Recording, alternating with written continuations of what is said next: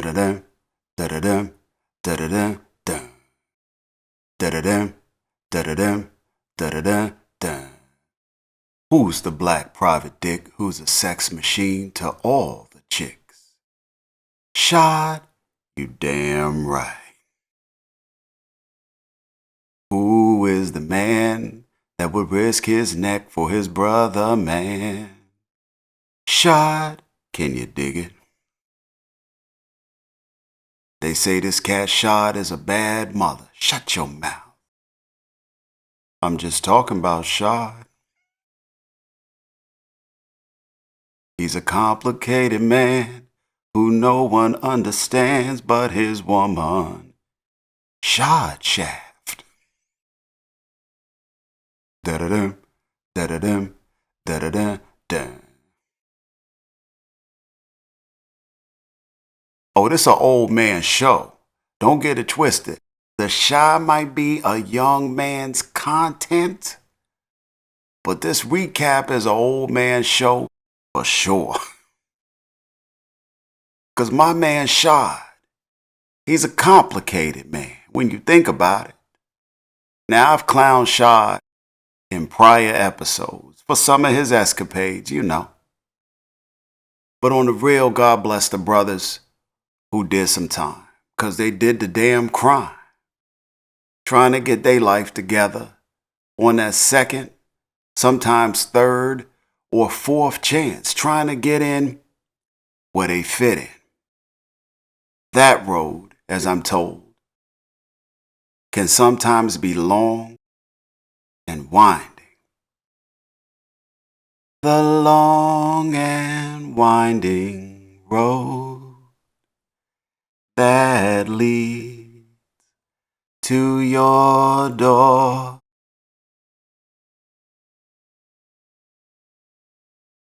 Cause ain't nobody handing out nothing. Very interesting where Shaad finds himself as one of the many intriguing onion-layered characters on this recap we about to chop up of that good, The Shaad, Season 6, Episode 14, entitled Smoke and Mirrors.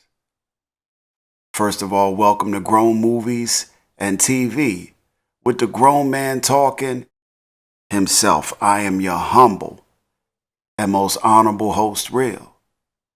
And this episode is brought to you by that good Jack Daniels, that JD. Captain Jack is what they call him. The Captain Jack will get you high tonight. And Coke, Diet Coke, cause I'm old. You know what I'm saying? Old school. Let's just get down to brass tacks, shall we?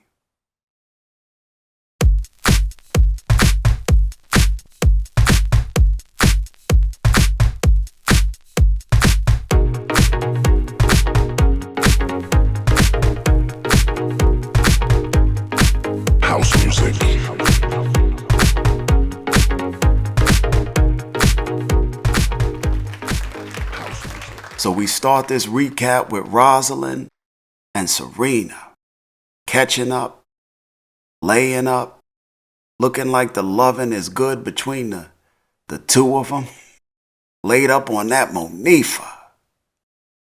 And if the sun don't shine, you brighten up my day. And if the rain should fall, it never seems to fall my way. And when it's cold outside, a 1 2, a 1 2. You know the song, you know the vibe, laid up on that vibe, on that new love, and they done both found. Look like they really feeling each other too. So much so that Serena feeling a little overprotective. Some might say she like Lil Boo. Who looking out for you? Who got your back out in these streets? Can't have you rolling solo Out here with all you got going on, looking like a honey with money, with no protection. You need a shooter, boo. Roselyn like, man, I ain't nobody. I don't need all of that. Serena like, oh yes you do. You need somebody holding you down. Hold you down. You need somebody holding you down, boo. Somebody with a gun. Serena on that Dr. Dre. Who's the man with the master plan? Serena with a motherfucking gun. 44 reasons come to mind why your motherfucking brother is hard to find. He been walking on the streets and fucking with mine. Roselyn like, nah, that ain't my style. You know, I don't really get down like that. Serena like, yeah, but your husband do. She like, I just need him to let me hold a little something.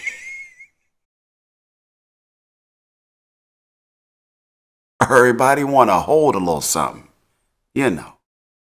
She like, I just need him to let me hold a little something so I can hold you down.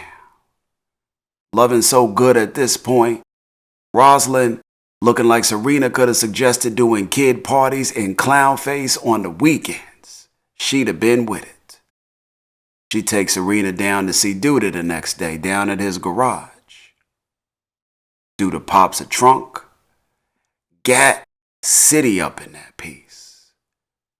Serena looked a little too excited, if you ask me. She looked like somebody who probably shouldn't have a piece. She like,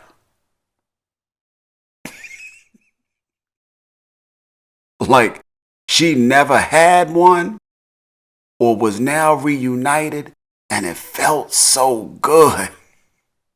Her facial and body movements were saying, it's about to be on. It's about to go down. She picked up a nice nickel-plated joint, starts pointing it, waving it around. She like,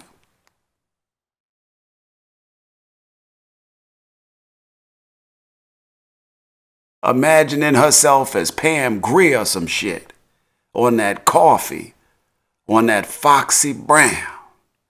Douda like, hey, simmer down now, okay?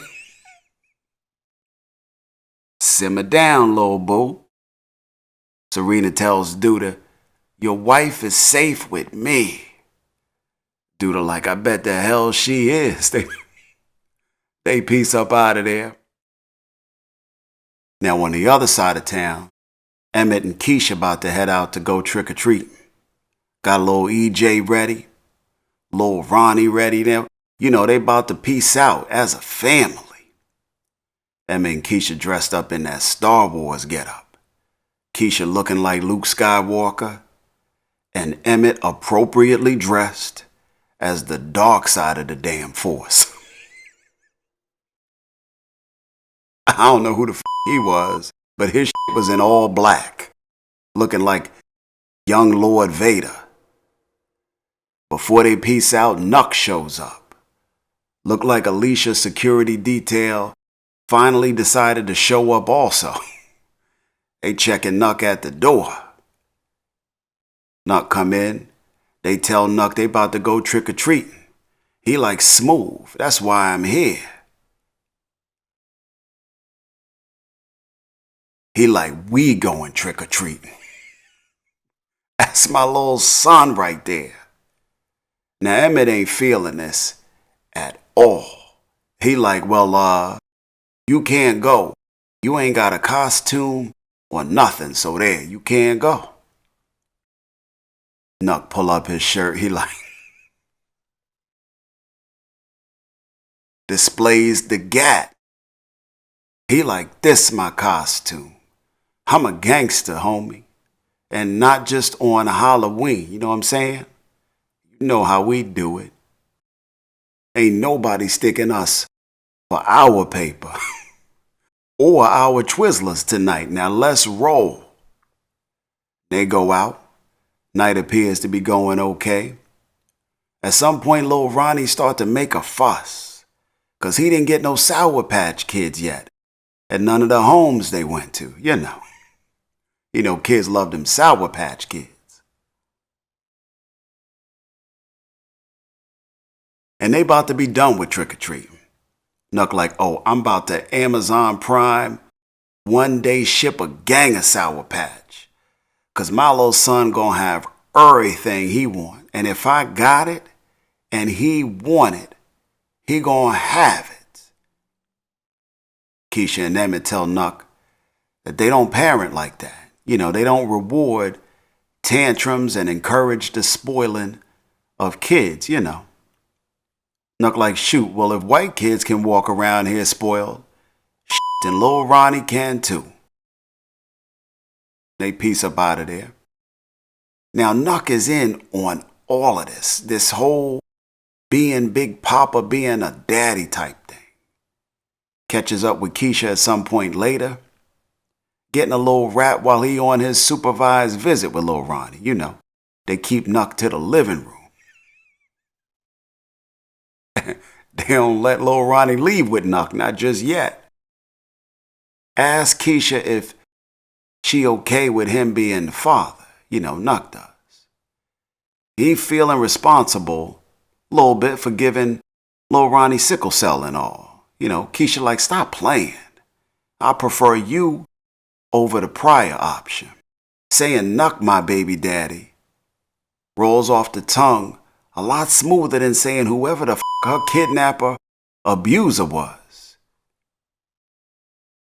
I hear that. He like, you still love me though.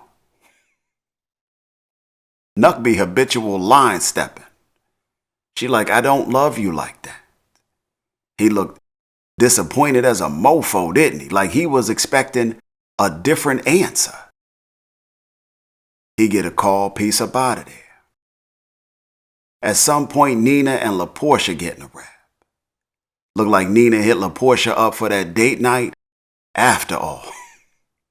They up in the living room watching Scream, Nina screaming, LaPortia lusting. You already know LaPortia hungry like the wolf. I'm on the hunt, I'm after you, and I'm hungry like the wolf.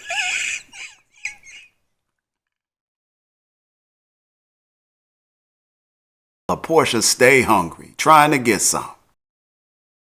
Nina like, hold up, little player. Please respect my grieving process. I need a little time to get past my last relationship. LaPortia like, why you treat me like I ain't seen that bare, moisturized ass before? Like I ain't been up close and personal on them thighs. Like I don't know your scent. She like, I dig you and all, Nina, but I ain't trying to wait on you to get over old boo. She like, life is short, and if it ain't you, it's gonna be somebody else, mama. Nina like, now why you playing games here? Don't nobody want to be with grandma? You really want to be with me? LaPortia like, hell yeah, you acting like you 1954 grandma with the plastic on the couch and the slip under her dress. She like, you sexy grandma, and I wants you. I likes you, and I wants you. Nina like, I just don't want to be hurt again, Now the whole time, LaPortia looking at Nina like she a Thanksgiving ham or some shit. She looking like Nina like she a Thanksgiving ham with the apple in the mouth and all of that. And she ain't eat since Labor Day. They continue to enjoy their night.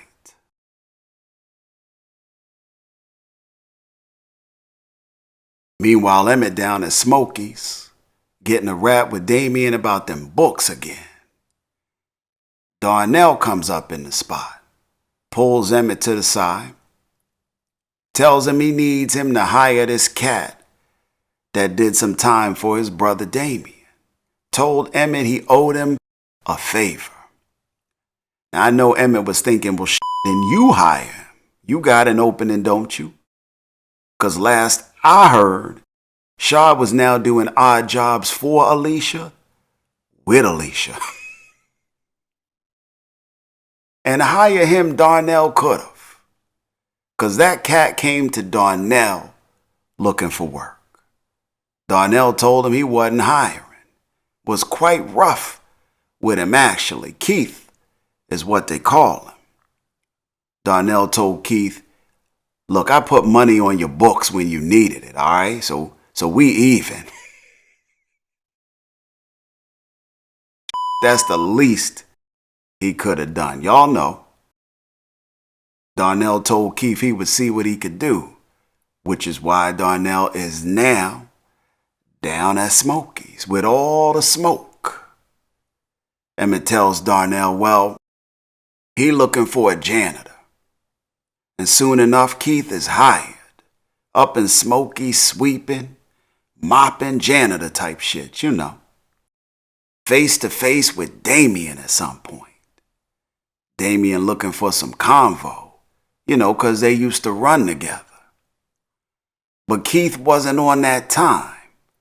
Didn't want that convo, at least not the convo Damien was trying to have. He like, look at you. I did 6 years with no snitch.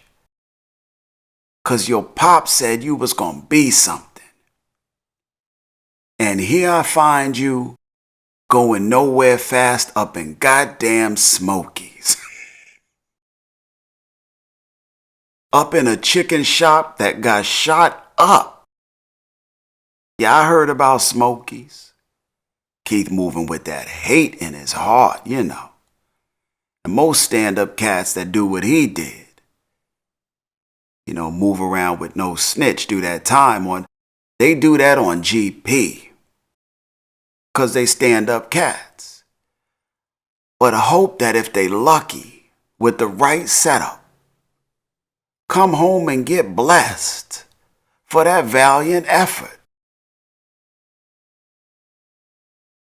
But sadly, more times than not, it don't go that way. Now do it. You lucky to get a appreciate you player. You know, some like that. Maybe a little trinket. But what he getting from Darnell and Damien, well, that's just downright disrespectful, the way they carrying him. Carrying this whole deal. Keith agrees, and he quite pissed about it. I mean, he dead ass disappointed in Damien. Keith like, my problem is, I believe the children were our future. Damien get a little uptight with it.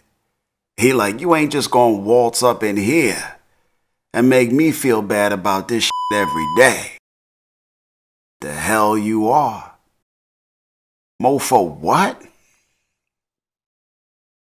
Keith like, oh yeah, the hell I ain't. That's exactly what I'm gonna do. What I'm gonna do? That's exactly what I'm gonna do, bitch. Oh, I ain't even get started yet. I'm gonna be on your ass. I'm talking mob deep. Hell on earth is in your future, player. 1 second, y'all. I need to take a quick re-up / turn-up break. The shape of an L, letting my fingers walk. I never been down to earth, I just been deep in thought. Peeping y'all mediocre MCs, deleting culture. I cry freedom like the... All right. On the other side of town, Trig having dreams and nightmares like Meek Mill is awakened by Jake, who bang on his door like 5-0. Trig got up, raised up on Jake with the gat in a heated rush, in a sweat. Like, who the f*** is this banging on my door like this. It's Jake, who comes to check on Trig, and they get a little rap. You know, both nervous about Trig's current situation, whether he might be going to prison or getting popped by Douda. One of the two, it's a situation. And Jake wants Trig to have some company at this time, feels it's in his best interest to not be alone right now. Offers to get him a new lady. Trig like, nah, I don't really need that right now. Offers to host his Halloween party there. Like that's just what Trig need right now. A bunch of teenagers doing what they do. He let it happen. Party happens. Trig and Shaad over on the couch. You know, old Shaad got to come through, see what's happening. They both on the couch looking and feeling like the old heads. Trying not to touch young ass.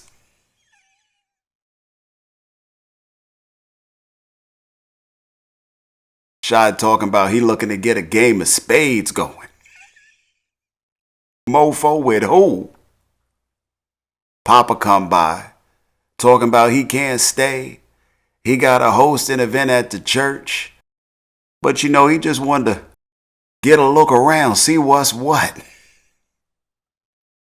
Jake got Halloween night. He like the church got Hallelujah night. Hallelujah. Let the church say amen. At some point, Tatiana walks in. Poppa like, what the pastor's wife doing up in here? You know.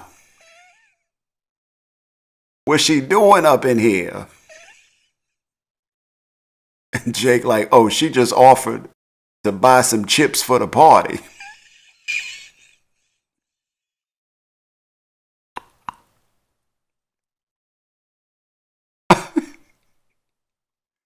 She got the breasts out. She got the breasts out, the lip gloss popping. You know, in the name of servicing up some good ass chips.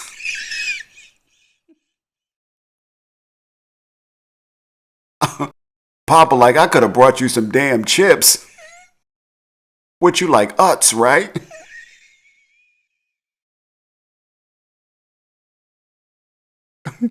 Got the first lady up in here bringing some damn chips. Yeah, right. Bakari, Jake, and Poppa ain't the only ones who noticed either. Maisha, Lene, and Jemma over in the corner generating a gang of heat. Laser focused. Poppa like, oh, this right here is not cool. That's a married woman up in here. A married woman of God at that. Poppa hit Jake with the stare down, stare up like.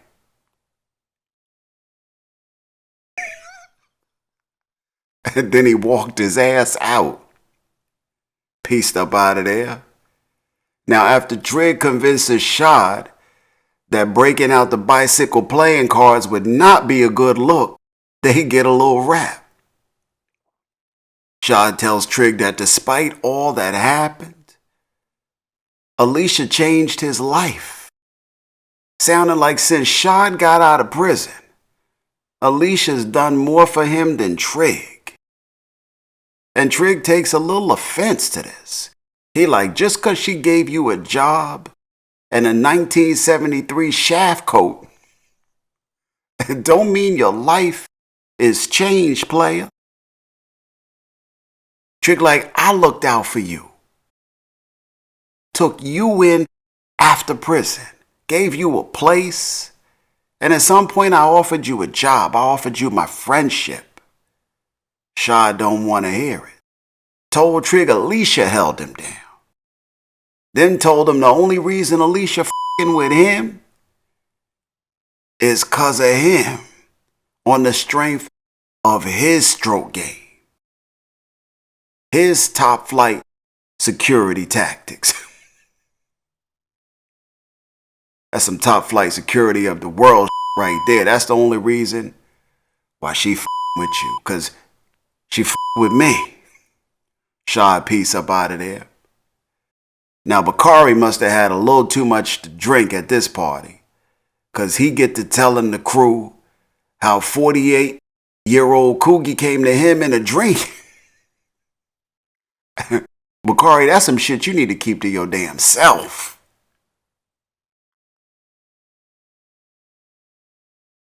How 48-year-old Bakari sat on his couch.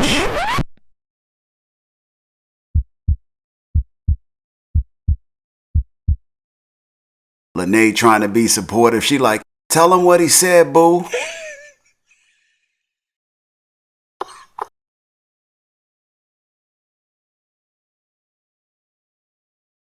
She like, tell him what he said, boo. Bakari tell him what the ghost of Coogie said. How he was wasting his life. Bakari like, so I gotta write this book. Guess Bakari gonna be writing that book by hand, cause he ain't got a laptop no more. And look like Douda ain't giving him his allowance no time soon. And when he do, it's gonna be just enough to not buy a laptop. How he working for Douda, doing the shit he doing, and he ain't got money for a laptop? Shit. If you doing dirt and you can't even buy a laptop for yourself, you hustling backwards, little player. You doing something wrong, you know. I digress. They all like, we proud of you, bro. Happy you doing something positive. You know, you write your book. All of a sudden, Brittany come out of nowhere. She like, I'm proud of you too, bro. Bakari looked like, who the f let her in?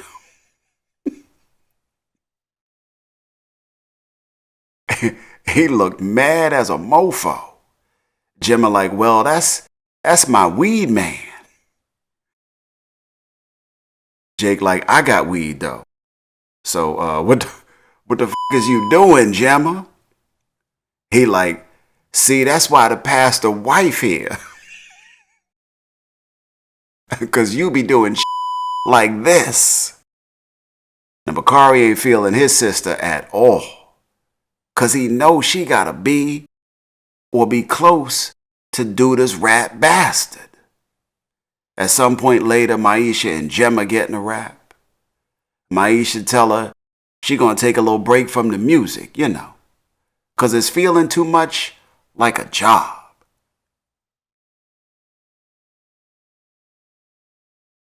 Jemma like, you sure this ain't got nothing to do with Brittany? They both know it got everything to do with Brittany.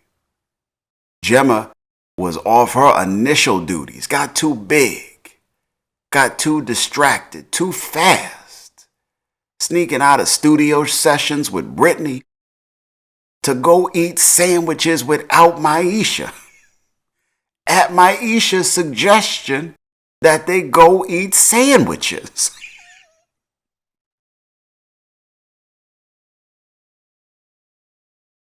Then got the nerve to be posting that shit on the gram.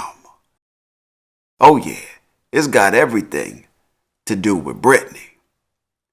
Tells Jemma she wants to give photography a try. Maybe see what else might fit her fancy before deciding on one thing.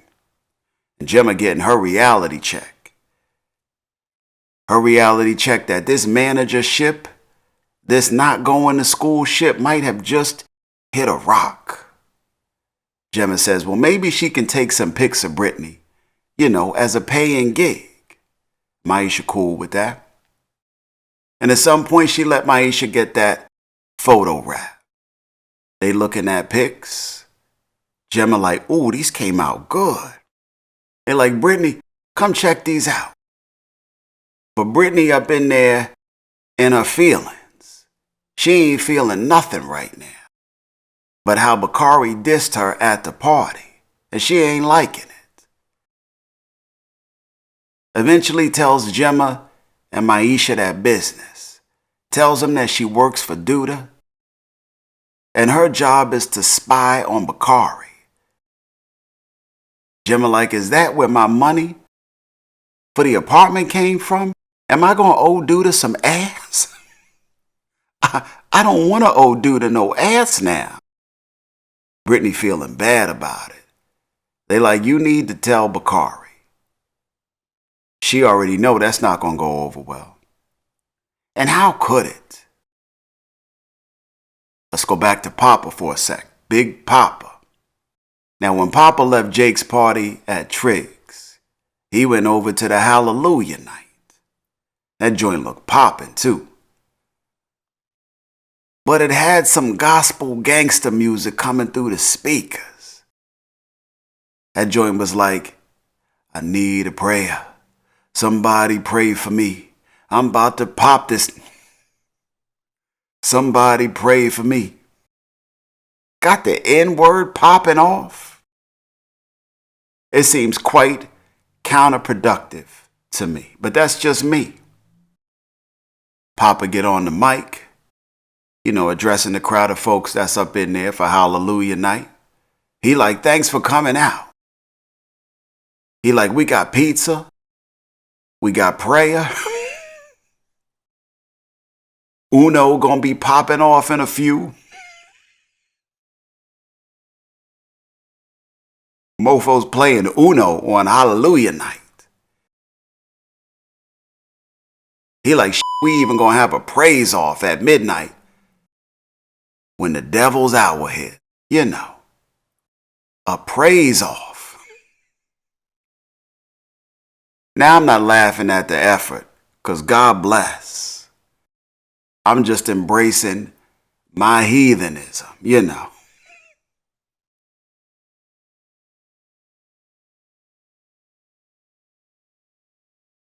Poppa makes way for the pastor. Get up on the mic, say his due.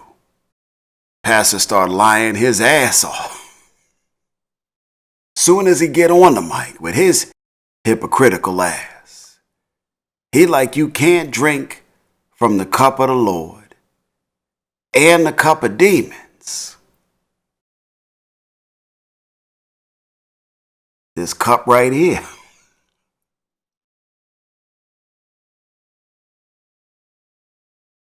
He like, you can't drink from the cup of the Lord and the cup of demons. I bet nobody asked him where he got that big ass whole scar on his neck. That big ass whole scar that was produced from one of Douda's finest cigars last episode. That's what happens when you drink from the cup of demons, player. Poppa and Pastor start talking that business. They like, before we partake tonight, remember where you're blessed. Right here. With us. Shows a holograph of an upcoming recreation center that they building. Told them they need that funding. Hit them with that coming to America spiel.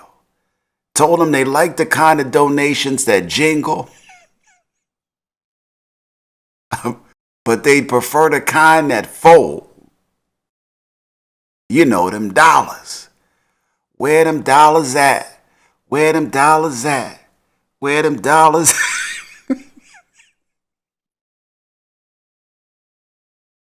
And come in the donations due. Came in good and plenty. Because the next night Poppa catches up with Pastor Zeke, who hands Poppa an envelope like Poppa was Tony Soprano or some shit. Like Zeke was an earner, a capo or some shit. Poppa like, what the hell? Zeke like, this your cut.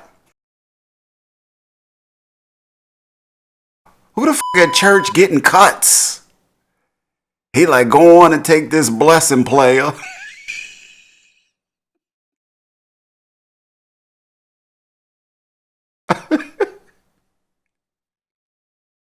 When you've been blessed, feels like heaven.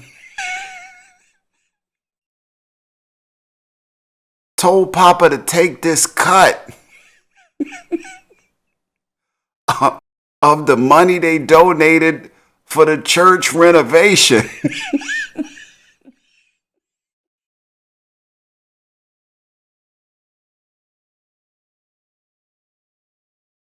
Oh, shit. Poppa like, ain't this supposed to be for the youth center?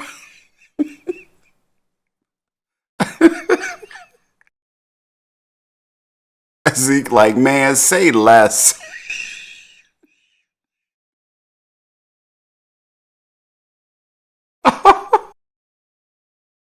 He like, go and get yourself something nice with your cut, man. He like, don't you young folk like jewelry and shit? Why don't you upgrade your Jesus piece, player?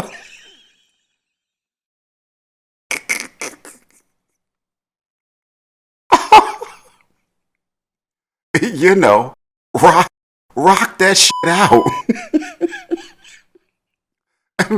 Put some diamonds in that joint. Diamond encrust that shit. Poppa like, what you gonna do with your cut? He done already accepted that he getting a cut. He done already accepted, processed it, and moving on. He like, what you gonna do with your cut? Pastor Zeke like, I'm gonna get something for the missus. Poppa like, speaking of the missus.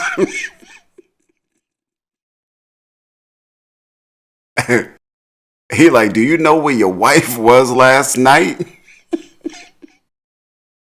Pastor Zeke like, what's up, little player? You got some shit to say? Spit it out. Don't be asking me no goddamn questions. Poppa like, well, how much can you trust her? Zeke like, I can trust her about as far as I can throw her. Poppa like, how far is that?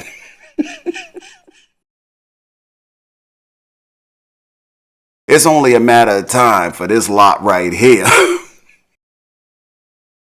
This congregation, this holy matrimony, it's only a matter of time. Pastor Zeke like, I think you swimming in some murky waters here, player. I think I hear your mama calling. Time to roll, player. Move on. Go on, get. Pop a piece up out of there. And on the other side of town, Trig's right-hand man in politics, Quincy, feeling a little antsy. Because with all Trig got going on, he might find himself out of a job. And he tells his man DeAndre this. DeAndre tells him, well, I'm in good with Douda. So if something happened to your little job, we gonna be alright. But Quincy ain't feeling this talk at all. He like, I want you to cut ties with Douda. And they in disagreements on this issue. Next day, Quincy get his ass on social media, scrolling and shit, cause his life was feeling like shit. Saw a little thirst trap pic of an old love, an old flame. Slid in his DM like, hey, big head. W-Y-D. W-Y-D. What you doing? Then he hit homie up with the big eyes and the little smirk emoji and everything. Sat back like, yeah, I just did that. Waiting for that response to come in. And come in that response does. Ain't that a moment? When you hit that DM, don't know quite what you gonna get back. But you gonna get something back. Even if it's no response, that's something back. But he got a response. And at some point that man winds up in Quincy living room. Appears they were a thing before. Decided to give each other some space.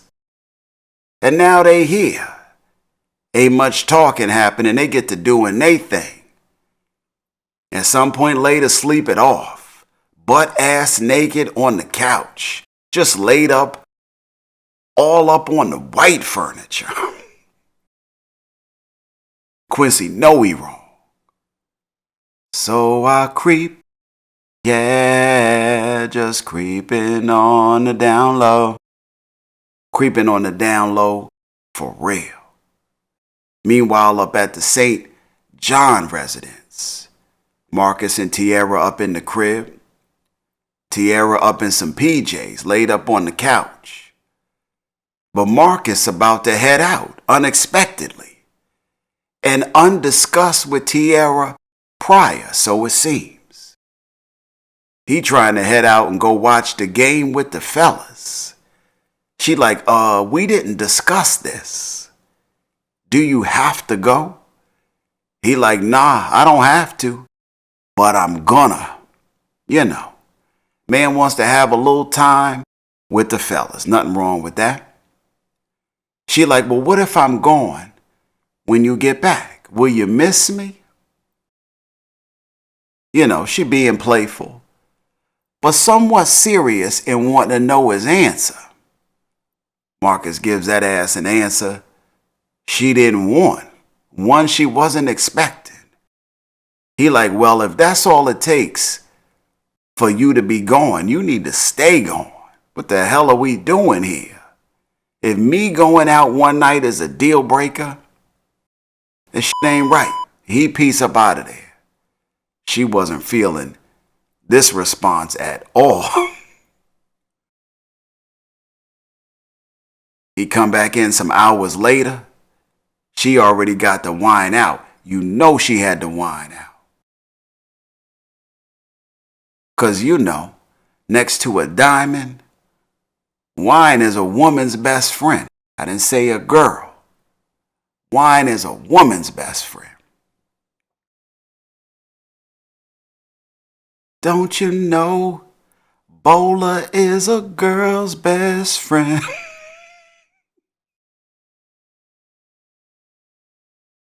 She up in there sipping on that Bola. Sipping on that Bola Chianti. She like, I can't believe you left me here. He like, you ain't my mama though. They going back and forth. He like, we can chill now though, you know. I got time. But she ain't feeling that at all. He like, fine, I'm going to bed. She like, you trying to break up with me? She was all over the goddamn place. And Marcus was not going to win that discussion tonight. She like, She like, something is off. I thought she was going to ask to smell his balls or something.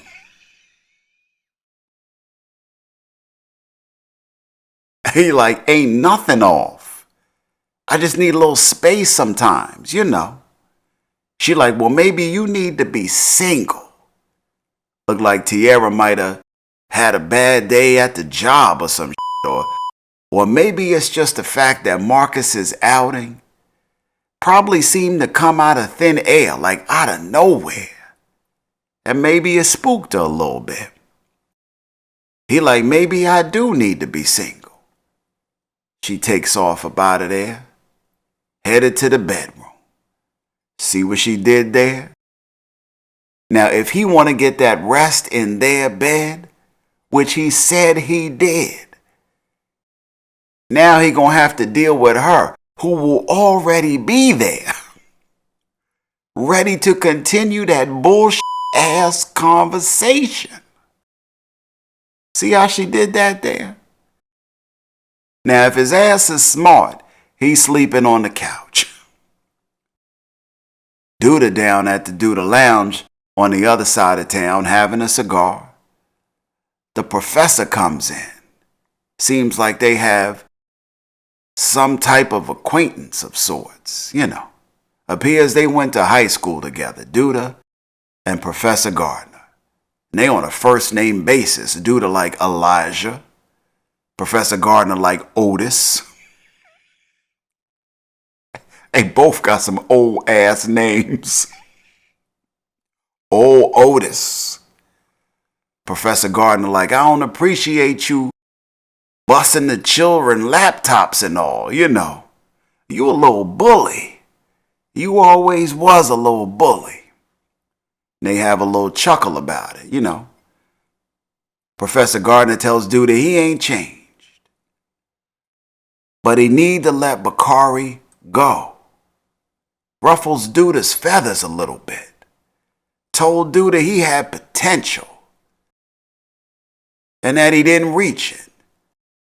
Douda told the professor to get the hell out.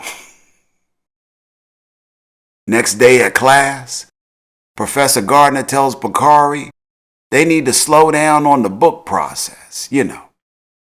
Lets him know Douda ain't letting up on him. Bakari like, well, if you don't help me, I'm doomed. If you do help me, I'm still doomed, but I'm in a better position to succeed. We're going to see what happens there. On the other side of town, other side of town, Alicia gets a rap with Judge Bradley. You know, one of her people. They talking about Alonzo, the fact that he just got popped. But briefly, you know, they don't spend a lot of time on Alonzo, you know. Also talking about Trig. Alicia tells her she should think about ruling in Trig's favor when Trig comes in front of her. Especially now that he don't have a lawyer, you know, because Alonzo was that dude and Alonzo is no more. Trig's time in front of Judge Bradley comes up again, and she lets him off, brings up some constitutional violation, Tom Brady rule, called some foul like Spygate or some you know, let Trig the up out of there. And that's how it's done in other circles, you know, when you connect it. He like, what the hell just happened here? Trig can't believe it. He come out the courthouse, minus the ankle bracelet. Guess who roll up on him? Alicia. She rolled the window down, hit him with the "you're welcome." Like that was me up in there, player. Another window rolls down, same car. Shaad throw his little 1 cent in there. He like, congratulations. Car rolls the hell off. Later, Alicia winds up down at the Douda lounge. Just walked up in there. Douda already up in there. Here's the door, but his back is turned to it. He thinking it's Bianca. He like, Bianca. Couldn't stay away, huh? After all my disses, after all my pushing you away, you just couldn't stay away. But stay away she did. Ain't appreciate how he turned her down when she had that hot ass black PVC on. Like, she left her house with the PVC on. Out in them streets with her goodies out in the open. And he ain't even want to sniff. Nah, it wasn't Bianca. Alicia walked up in that piece. He like, how you get up in here? She like, I got keys. Old player. They get to having their pissing contest. Alicia tells Douda he won't be around for long. Douda tells Alicia he knows it was her and her crew that tried to kill him. He grabs her up, same as Shaad did last episode. Alicia the one to be choked out, ain't she? Everybody just choking Alicia ass. But this choke up she wasn't feeling. And neither was Shaad. Shaad comes around, pulls the gat out on Douda, puts it up to his head, hit him with a 1972 movie line, tells Douda, Get your hands off my woman. Of course, he had the old 1971 shaft coat on. Of course he did. Even after knowing he was wearing Alonzo's old hand-me-down, living in Alonzo's shadow. Alonzo, who was kissing up on his woman's face, and she wanted it. Didn't matter. Didn't matter.